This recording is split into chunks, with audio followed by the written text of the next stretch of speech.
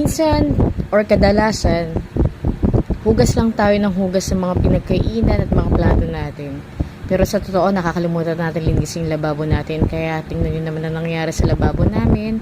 Kumapit na ang dumi. Napakahirap nito kung i-iskubahin ko lang kasi yung iba, dumikit na talaga at kumapal na. Buti na lang talaga meron kaming TBC.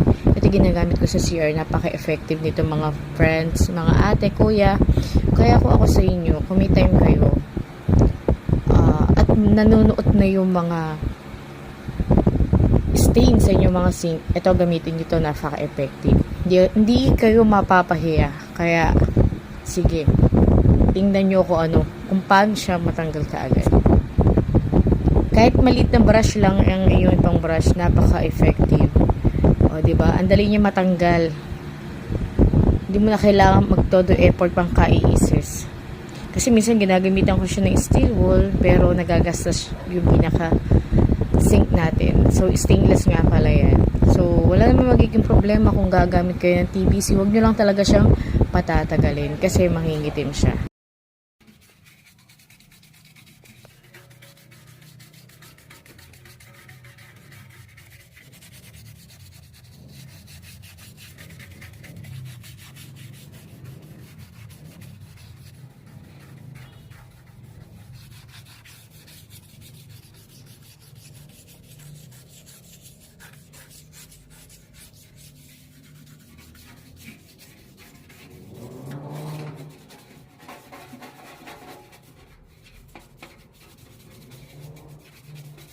At ito na nga ang final na result ng ating paglilinis. O, diba?